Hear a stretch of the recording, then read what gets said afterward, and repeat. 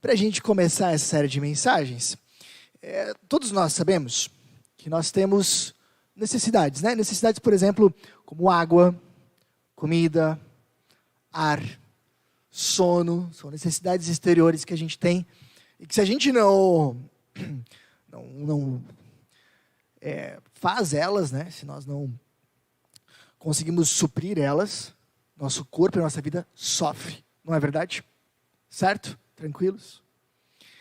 O que nós aprendemos cada vez mais é que nós também temos necessidades interiores.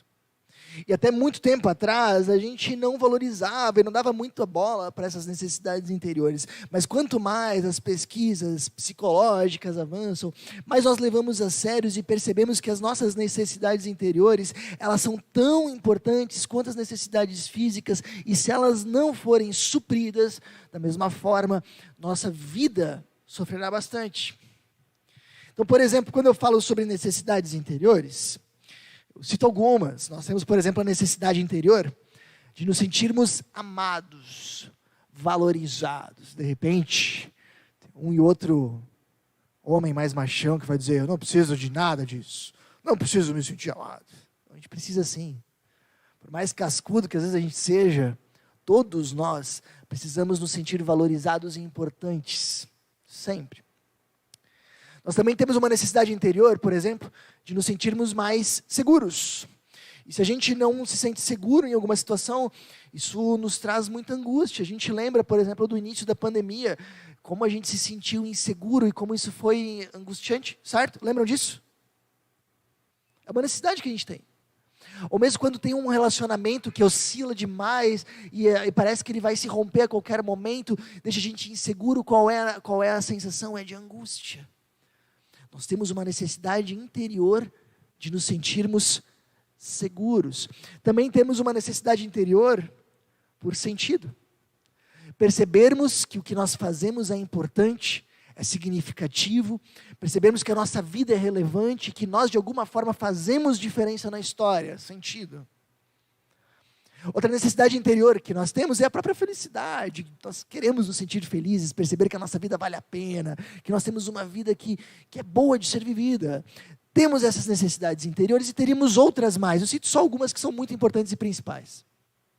O que a gente precisa saber nesse primeiro momento é que essas necessidades interiores, elas são resolvidas de forma relacional. Nós não conseguimos suprir essas necessidades interiores sozinhos. Faça o teste. Vai até o espelho, se dê um abraço e diga 20 vezes para você mesmo: eu te amo. Eu te amo, Jorge, como eu te amo, como eu te amo. Você vai realmente se sentir mais amado. Eu sei que a autoaceitação ela é importante, isso também tem o seu benefício, mas para nós nos sentirmos amados e valorizados, é indispensável que a gente receba isso de outros. Nós precisamos de relações. Ou mesmo se a gente para pensar, a noção de segurança, o que mais nos faz sentirmos seguros, não é uma conta bancária avantajada, um seguro de vida. O que mais nos faz sentirmos seguros são pessoas que cuidam de nós. Amanhã é dia dos namorados, provavelmente o que mais a gente vai ver nos stories dos namorados e das namoradas é: você é meu porto seguro. Porque é isso, o que nos traz segurança é uma pessoa que a gente sabe que está lá por nós, cuidando de nós. O que traz segurança é um pai, um filho, ou alguém que está ali cuidando da gente. O que mais traz segurança para uma criança é: meus pais me amam e cuidam de mim. Ou mesmo a nossa noção de sentido, ela é construída de forma relacional. Pensa que você é um artista e você fez uma obra-prima, linda, maravilhosa, absolutamente perfeita, mas nunca ninguém viu, nem nunca ninguém verá. Essa obra será completamente esquecida. Me diga uma coisa: você estará contente com a sua obra? Você é um engenheiro e fez o prédio perfeito, mas esse prédio está num lugar tão remoto que ninguém nunca viu, nunca verá, nem morará dentro. Sua noção de sentido está resolvida? Não. Porque sabe o que nós precisamos? Precisamos fazer algo importante que faça diferença na vida das pessoas. Isso preenche a nossa noção de sentido. Até isso é relacional. Ou a mesma felicidade, não preciso falar muito, que a gente já falou várias vezes nos nossos encontros, como a nossa felicidade também depende de relacionamentos. Então, nossas necessidades interiores, elas são resolvidas de forma relacional. Mas outra coisa que você precisa saber é que a gente nunca consegue resolvê-las por completo. Por exemplo, a gente pode se sentir amado por alguém, mas essa pessoa em algum momento vai pisar na bola, vai fazer um comentário que a gente não gostou muito, vai esquecer uma data importante, vai falar algo que a gente não gostou, sei lá, e a gente não vai mais sentir tão importante naquele momento. Ou mesmo a nossa noção de sentido, a gente pode fazer algo importante que outras pessoas impacte a vida delas, mas talvez isso não será tão valorizado como deveria. Sabe, o que eu preciso que vocês entendam é que as nossas necessidades interiores, elas são supridas de forma relacional, mas a gente nunca consegue suprir elas por completo. E essa sensação de que a gente nunca chega lá, parece que a gente está a alguns passos de chegar lá, mas nunca chega, é uma angústia que é difícil da gente definir ela, mas a maioria dos pensadores diz isso é uma sensação de vazio. É uma sensação de que falta alguma coisa, mas eu não sei direito o que é. Bom, por que isso é assim? O cristianismo, ele vai afirmar que nós fomos criados para um relacionamento que nos encheria de forma completa, mas em algum momento nós o perdemos. Nós fomos criados para, no relacionamento com Deus, sermos completamente preenchidos e as nossas necessidades interiores completamente abastecidas. Mas em algum momento da história, o nosso relacionamento com Deus é quebrado, se perde e a gente não consegue mais se abastecer completamente. Tanto é que Jesus, quando ele teve que resumir qual que era o objetivo dele, em João 10:10 ele diz: eu vim para que vocês tenham vida e tenham vida cheia. E tenham vida completa. Ou seja, o cristianismo também afirma que somente no relacionamento com Deus nós podemos viver de forma plena, completa, como copos cheios e eterna. Dessa forma, a pergunta que a gente vai responder durante esse mês, nessa série de mensagem, nesses encontros de todas as semanas é: como viver conectado e mais perto de Deus? Porque o que a espiritualidade cristã ensina é que nós nascemos desconectados dele. É como se a gente deveríamos estar conectado a uma grande fonte de água que nos preencheria, mas está desconectado. Como é que nós nos conectamos a esse Deus e como nós nos aproximamos dele? Porque muitas vezes pessoas já vivem com Deus há muito tempo, mas ainda assim não se sentem completamente amadas, não se sentem plenamente seguras, não encontram realmente sentido para a sua vida, elas não conseguem perceber o impacto que a vida com Deus traria na sua vida. Então talvez o que falta não é estar conectado, talvez o que falta é estar mais próximo. Então, como é que nós podemos viver conectados e mais perto de Deus? Bom, pessoal, de todos os lugares da Bíblia que nós poderíamos ter respostas para essa pergunta, e são de fato vários, nós vamos estudar um que para toda a cristandade, para todos os cristãos do mundo, é talvez uma das passagens mais importantes. Lucas 15, 1-3, nós encontramos a seguinte situação: cobradores de impostos e outros pecadores vinham ouvir Jesus ensinar. Os fariseus e mestres da lei o criticavam, dizendo: ele se reúne com pecadores e até come com eles. Então Jesus lhes contou essa parábola. Então perceba que Jesus vai contar uma parábola a partir de uma situação específica. Ele está ensinando. E Jesus atraía pessoas que eram tidas como pecadores, pessoas marginalizadas, pessoas de má índole, pessoas desonestas, pessoas imorais.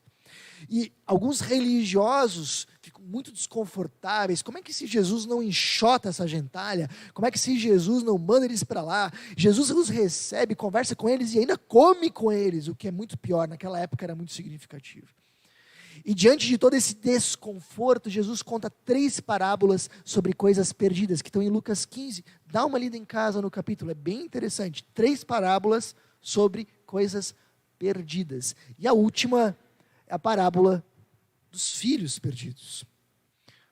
Diz assim, Jesus então continua, a partir daquela situação, e diz: um homem tinha 2 filhos. Primeira observação, quando a gente fala da parábola do filho pródigo, a gente já mesmo fala, A gente sempre fala o filho pródigo, o filho perdido. Já ouviram isso? Como se fosse um só. Mas quem fez o trilha 8, ou não sei se você já reparou, são dois.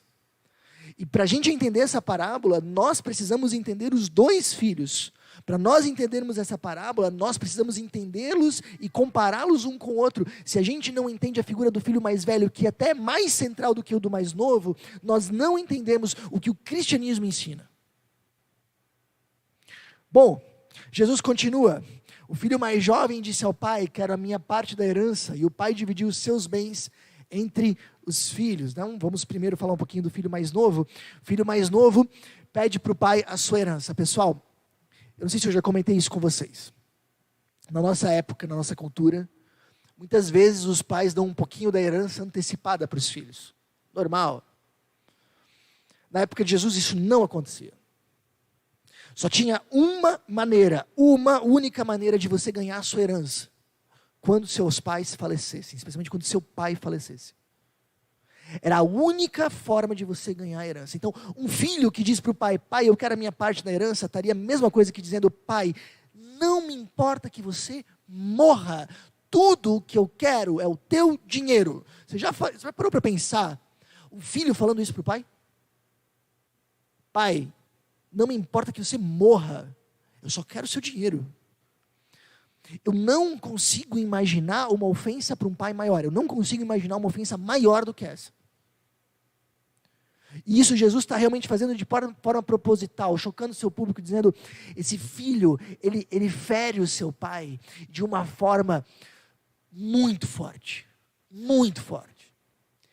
O que qualquer pai daquela época faria era pegar seu filho pelo braço, levar na frente da casa e deserdar ele publicamente. Dizer: esse cara aqui não é mais o meu filho e não tem direito a nada. Essa seria a resposta provável de qualquer pai de família na época de Jesus. Mas esse pai da história surpreende, agindo com amor e percebendo essa ferida emocional e recebendo essa dor interior de uma forma amorosa e pacífica.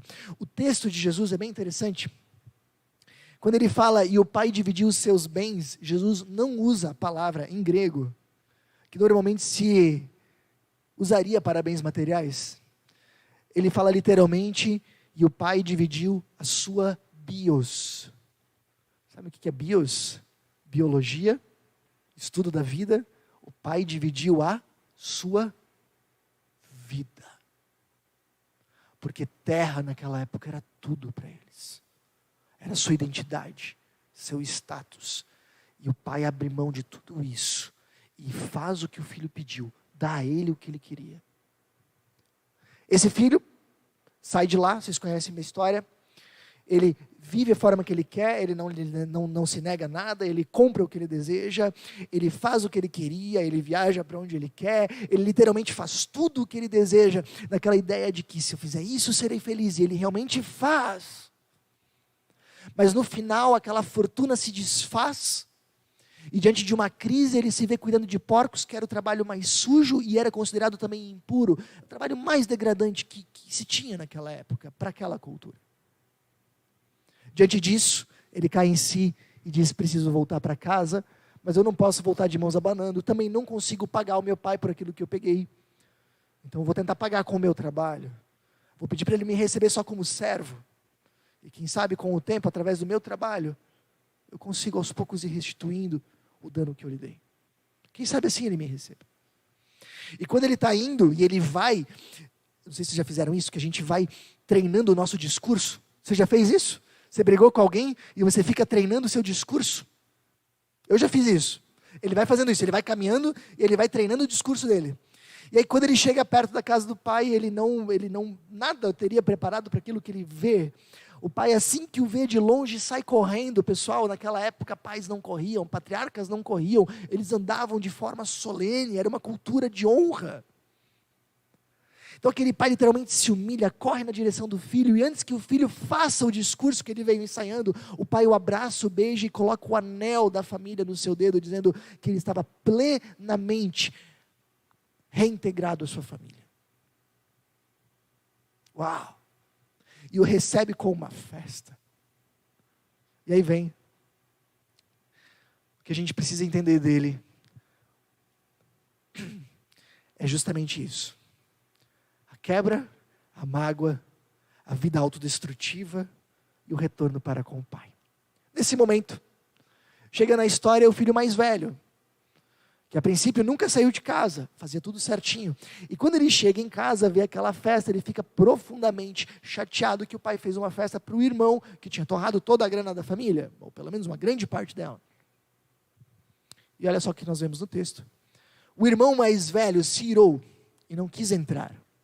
O pai saiu e insistiu com o filho, mas ele respondeu: todos esses anos tenho trabalhado como um escravo para o Senhor e nunca me recusei a obedecer às suas ordens. E o Senhor nunca me deu nem mesmo um cabrito para eu festejar com os meus amigos. Mas quando esse seu filho volta, depois de desperdiçar o seu dinheiro com prostitutas, o Senhor comemora matando um novilho. O pai lhe respondeu: meu filho, você está sempre comigo e tudo o que tenho é seu. Mas tínhamos de comemorar este dia feliz, pois seu irmão estava morto e voltou à vida, estava perdido e foi achado. O que você precisa saber do filho mais velho para entender a fé cristã é que ele igualmente ofende o seu pai. Ele para na frente da porta e fica lá parado como uma forma de publicamente repudiar o que seu pai estava fazendo. Não concordo com meu pai, vou ficar aqui na porta, não vou entrar, para que todo mundo veja que eu não concordo com ele. Isso naquela cultura era profundamente ofensivo, talvez tão ofensivo quanto o que o filho mais novo fez. O que igualmente um pai da época faria era pegar esse cara pelo braço e dizer: você está deserdado, não é mais meu filho, olha a vergonha que você está me fazendo passar. Mas de novo esse pai sai, vai até a porta da tenda, explica o amor dele para o filho mais velho e convida ele para entrar. Bom, dessa forma a gente tem mais ou menos o seguinte, gente, acompanha. Nós vemos no texto 2 grupos de pessoas. Toda a situação começou com 2 grupos de pessoas. O primeiro grupo de pessoas eram pessoas tidas como pecadoras, que claramente na história Jesus está representando por quem? Por quem? Pelo filho mais novo. O filho mais novo representa aquelas pessoas pecadoras que estavam lá. E essas pessoas pecadoras tinham um modo de vida muito importante, que dizia: não importa o que os outros pensam, eu vou fazer o que eu quero. É isso que o filho mais novo fez. Não importa o que os outros pensam, não importam as regras, não importa as convenções sociais, não importa o que os outros dizem, não importa nem mesmo o que o pai diz ou o que Deus diz. Eu vou fazer aquilo que eu quero, porque eu tenho a plena convicção de que se eu fizer isso que eu quero, em algum momento eu vou encontrar vida de verdade. Vocês percebem alguém que vive assim? Não importa o que os outros pensam, vou fazer o que eu quero? Conseguem ver gente que vive assim? Bastante, né? O outro grupo de pessoas que Jesus está lidando são os religiosos da época. Fariseus, religiosos, que são representados na história por quem? Pelo filho mais velho. E eles têm um jeito de vida muito diferente. O que eles estão dizendo é basicamente: não importa muito bem o que eu quero, eu vou seguir as regras, eu vou seguir as tradições sociais, eu vou fazer o que os outros esperam de mim, eu vou ser uma pessoa boa, eu vou fazer aquilo que eu tenho que fazer, eu vou cumprir o meu dever. Agora, o filho mais novo está claramente perdido. Ele vive uma vida autodestrutiva. Por quê? Porque, basicamente, ele acredita que se ele vai viver mais amado, seguro, realizado e feliz, se ele conseguir fazer aquilo que ele quer. E isso desequilibra qualquer balança. Imagina, por exemplo, que você gosta de vez em quando, ir numa festa, ok? Se divertir com seus amigos, ir num lugar animado, tudo certo. Tem problema? Não, a princípio não. Agora imagina que você acredita piamente que festas é exatamente aquilo que vai preencher a sua vida. Que festas é justamente aquilo que vai trazer felicidade e sentido para você. você provavelmente vai começar a viver isso de uma forma extremamente desequilibrada. É tudo o que eu preciso. E isso vai ser uma forma, vai viver isso de uma forma tão desequilibrada, que em algum momento isso vai te conduzir a um estilo de vida autodestrutivo. Aos poucos, talvez sua saúde vai ficar prejudicada, seu trabalho vai ficar prejudicado, sua família vai ficar prejudicada. E eu não vou conseguir abrir mão dessas festas, porque se eu abrir mão dessas festas, eu não vou ser mais tão feliz. Esse é meu sentido de vida. Então, eu começo a pensar, não, se eu fizer isto ou aquilo, aí a minha vida vai estar cheia, isso me leva a uma vida desequilibrada e a uma vida autodestrutiva. Por exemplo, do outro lado, talvez uma pessoa que vai dizer, o que eu preciso para me sentir alguém na vida, o que eu preciso para me sentir valorizado, o que eu preciso para de alguma forma perceber que a minha vida tem valor, é a minha carreira profissional, eu preciso chegar no topo.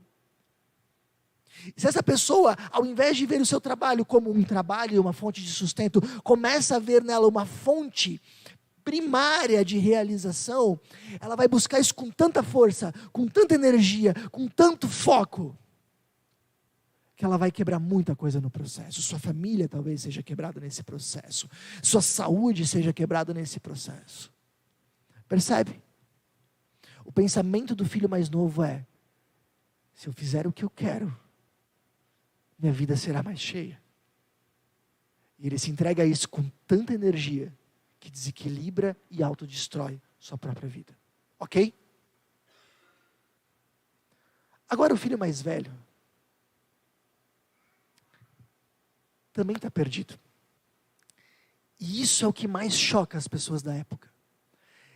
Isso é a primeira vez que alguém na história ouve, isso é completamente contra o pensamento religioso.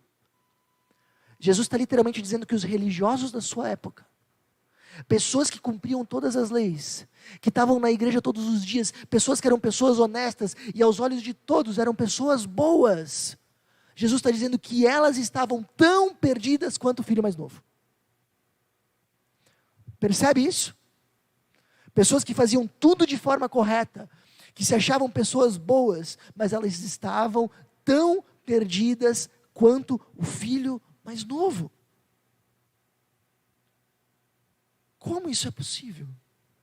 E Jesus fala, na verdade, o problema delas é o mesmo que o filho mais velho, mais novo. Só que só o contrário. Elas também estão achando, de alguma forma, que elas conseguem preencher a sua vida sozinhas. Mas em vez de fazer isso pensando, vou fazer o que eu quero, elas estão tentando preencher a sua vida dizendo, vou cumprir regras. O pensamento delas é, viverei mais amado, seguro e realizado e feliz porque eu segui as regras. Porque eu fiz as coisas certas. E eles acabam criando uma espiritualidade, mas é uma espiritualidade lá no fundo vazia. Por quê? Porque eles não estão buscando a Deus por amor a Deus. Eles estão buscando a Deus porque de alguma forma querem algo em troca. Querem que Deus os abençoe.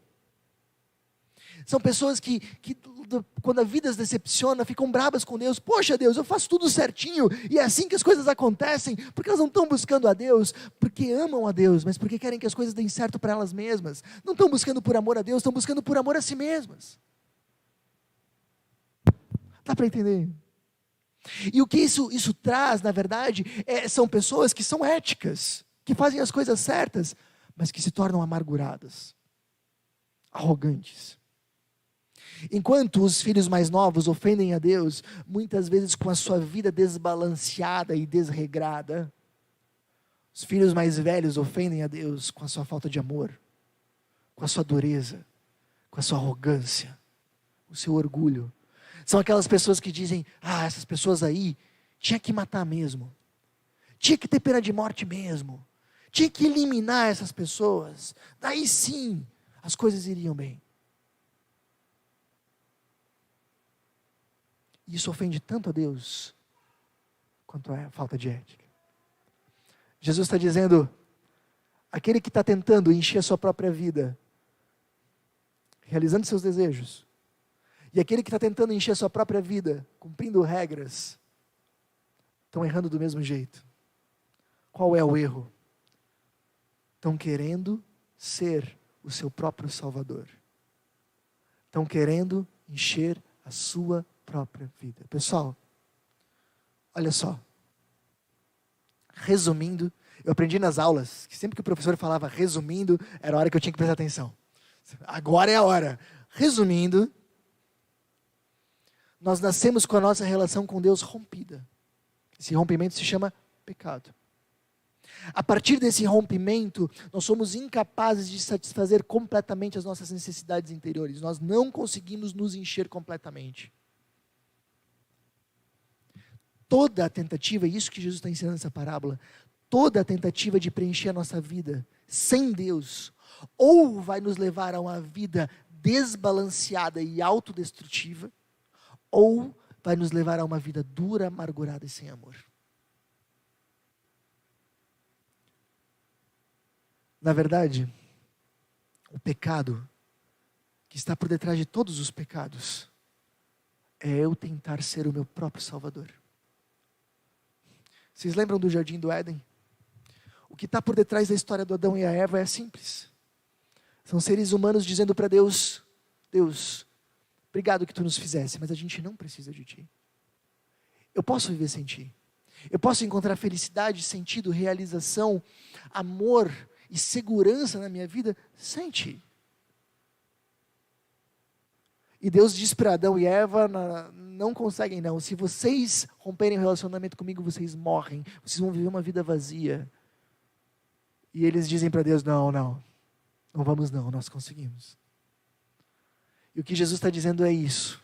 O nosso grande pecado, o nosso grande erro, que está por detrás de todos os outros pecados, é tentar encher a nossa vida sem Deus. É tentarmos ser o nosso próprio Salvador. Agora vem a parte mais importante. Então, como a gente é salvo? Qual é a alternativa? O que Jesus propõe? E fica muito claro da gente perceber nessa parábola. A primeira coisa, o que precisamos? O que eu preciso para ser salvo? Primeiro, do amor do Pai que me busca. Uma coisa que fica muito clara nessa história, em ambas as histórias, é que tanto com o filho mais novo quanto com o filho mais velho, é o pai que tem a iniciativa e vai ao encontro. Percebeu isso? O filho mais novo está chegando, ele nem deu o seu discurso, mas o pai vem correndo na direção, o abraça e o beija. O pai toma a iniciativa, ele vai, ele restitui, mesmo antes do arrependimento do seu filho. Deus vem ao nosso encontro com pura graça, amor imerecido. E o filho mais velho, o pai também é aquele que vai lá e o busca. Vai ao encontro, acolhe e convida. Pessoal, antes, isso aqui é muito importante, antes de você dar um passo para Deus, na direção dele, Deus já deu 1 milhão na sua direção. Lembra disso? Não é você que começa buscando a Deus, é Deus que começa te buscando. E se hoje alguém de vocês que está aqui com a gente, ou que está assistindo pela transmissão, sente algo palpitando no seu coração, dizendo, eu preciso estar mais perto de Deus, é porque Deus já está trabalhando, já está chamando. Ele vem ao nosso encontro primeiro. Segunda coisa, Timothy Keller, autor best-seller do The New York Times, ele fala, precisamos nos arrepender do pecado que está por detrás de todos os nossos outros pecados, mas também por detrás de toda a nossa retidão. O pecado de ser o Senhor e o Salvador de nós mesmos.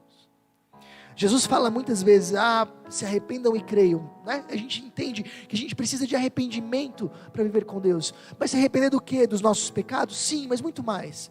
Porque se você se arrepender de todos os teus pecados, se você se arrepender de todas as coisas erradas que você fez, você vai ser no máximo o filho mais velho,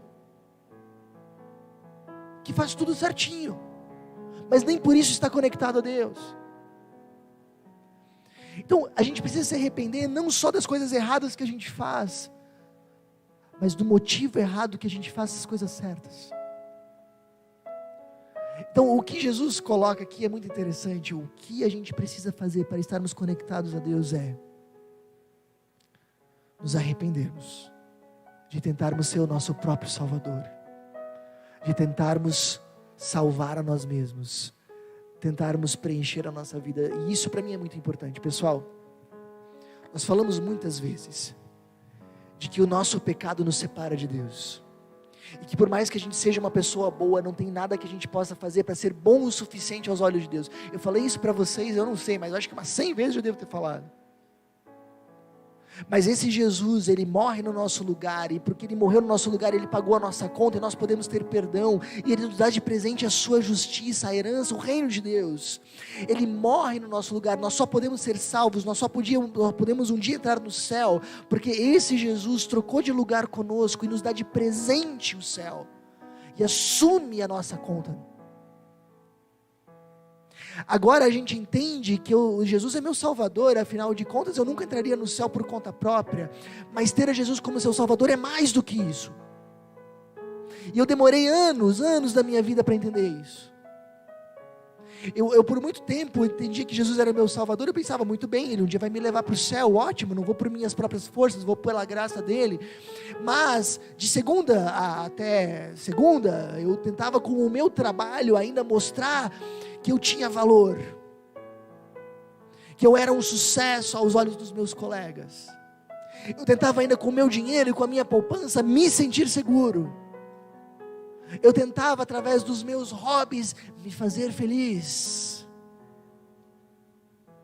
E aí eu percebi, peraí gente, eu ainda estou tentando ser o meu próprio Salvador. Dá para entender? Eu ainda estou tentando mostrar para mim mesmo que a minha vida é boa, é salva, é preenchida, porque aquilo que eu faço. Então eu entendi que ter Jesus como Salvador significa confiar que Ele vai um dia me levar para o céu, sim.